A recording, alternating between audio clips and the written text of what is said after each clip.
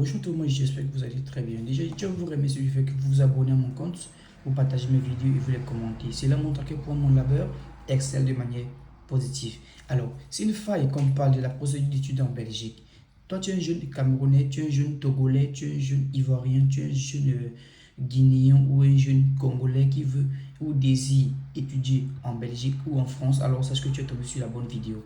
Je t'explique de manière assez détaillante la procédure d'études en Belgique des A à Z et la procédure d'études en France des A à Z.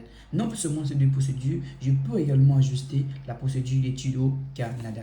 En ce qui concerne la procédure d'études en Belgique, vous devez savoir, si vous mûrissez la réflexion de pouvoir vous expatrier, vous étudier en Belgique ou peut-être en France, pourquoi pas au Canada, alors sachez que si c'est pour la Belgique, premièrement, vous avez droit à faire votre équivalence des diplômes.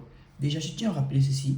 L'équivalence de diplôme n'est pas pour tout le monde. C'est pas fait pour tout le monde. Ce n'est pas tout le monde qui peut faire l'équivalence de diplôme. Il y a une panoplie de personnes. Alors, l'équivalence est intéressée par l'équipe. Alors, pour ceux qui veulent faire l'équivalence, ce sont ceux qui doivent postuler en première année d'études, en deuxième année d'études ou en troisième année. Bref, en parcours licence. Si tu veux postuler un parcours master et que tu vois que ton cursus est assez élevé et assez extra, alors je te conseille de ne pas faire ton équivalence de diplôme car tu vas dépenser cet argent pour rien. Ce que je te suggère de faire, c'est de faire la somme, de faire le ratio, comme je dis souvent, généralement. Tu fais le ratio. C'est quoi le ratio? Le ratio, c'est la somme de la première année de licence, plus la deuxième année de licence, plus la troisième année de licence, divisé par 3. Et cela, tu vas obtenir une moyenne de 13 minimum sur 20. Si tu obtiens une moyenne de 13 minimum sur 20, alors sache que tu peux avoir l'admission en master. Et également, il y a aussi l'ancienneté de votre diplôme de licence. Si ton diplôme est ancien, je te suggère de partir faire la procédure d'études en France. Parce que la Belgique, généralement, les universités belges, ils aiment généralement que le diplôme soit un peu récent. Maximum 3 ans que tu obtiens une licence et que tu désires postuler un master, c'est au moins 3 ans. Ok? Je prends l'exemple de l'université de Liège, en l'occurrence, qui sort du lot. L'université de Liège, en ce qui concerne la procédure pour des demandes d'admission dans le domaine des sciences de la santé publique. Pour tous ceux qui désirent étudier, peut-être en santé publique, qui ont fait des études de santé en général. À l'université de Liège, ce n'est pas le cas. À l'université de Liège, tu dois avoir ta licence 3 ans et après, donc, tu as obtenu ta licence en 2022 et puis voilà, tu postules après 3 ans en master. Là, ils exigent les expériences. Pour pouvoir postuler en master, ils exigent au moins 3 ans d'expérience. Vous voyez, là, ils sortent du lot. Mais en ce qui concerne les autres universités, ils exigent généralement le plus souvent que ton diplôme de licence soit récent. Ok? Il y a également un facteur que je dois énumérer pour tous ceux qui veulent avoir l'admission en Belgique. Vous devez comprendre que si vous avez étudié 2 ans, 3 ans et que vous n'avez pas obtenu, vous avez obtenu un diplôme, après cela, à l'issue de votre diplôme, vous avez arrêté les études. Vous devez comprendre que c'est très formel, c'est très important, c'est très capital pour vous de justifier vos années blanches. Vous deviez le faire. Pourquoi? Parce que vous deviez mettre une transparence dans votre dossier.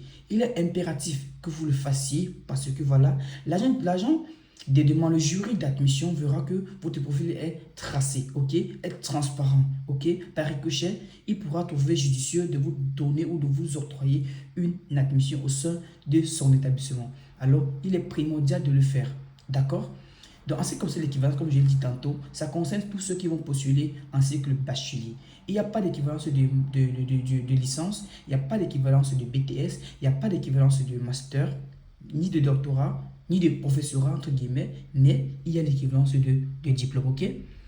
Deuxième chose, vous devez savoir, les demandes d'admission généralement en Belgique à compter à partir du 1er janvier. Donc à partir de janvier 2026, les demandes chaque année à partir de janvier, les demandes d'admission sont lancées en Belgique. Généralement, le plus souvent, les universités publiques en Belgique, notamment 5 universités publiques, que je vais taire parce que voilà, dans les autres vidéos, je vais expliquer dans les autres vidéos, notamment dans les 5 universités publiques, vous devez savoir que généralement, la première université, c'est l'université de Louvain, la 9, l'université catholique de Louvain qui ouvre généralement en décembre et janvier.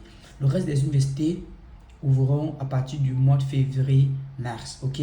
Alors, en ce qui concerne les autres écoles et promotions sociales, ils ouvrent généralement en janvier également et finissent à partir du mois de mai, ok? Alors, Là, vous allez postuler. Vous allez regarder toujours les conditions d'admissibilité. C'est très important.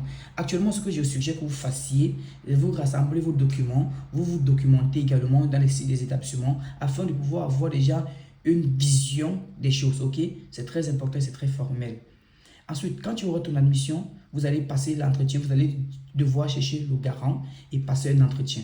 Je ferai une prochaine vidéo pour vous expliquer comment se passe l'entretien, comment avoir un garant facilement en Belgique. Et je ferai également une vidéo pour vous expliquer comment se passe la procédure Campus France. Merci de vous abonner, merci de partager la vidéo.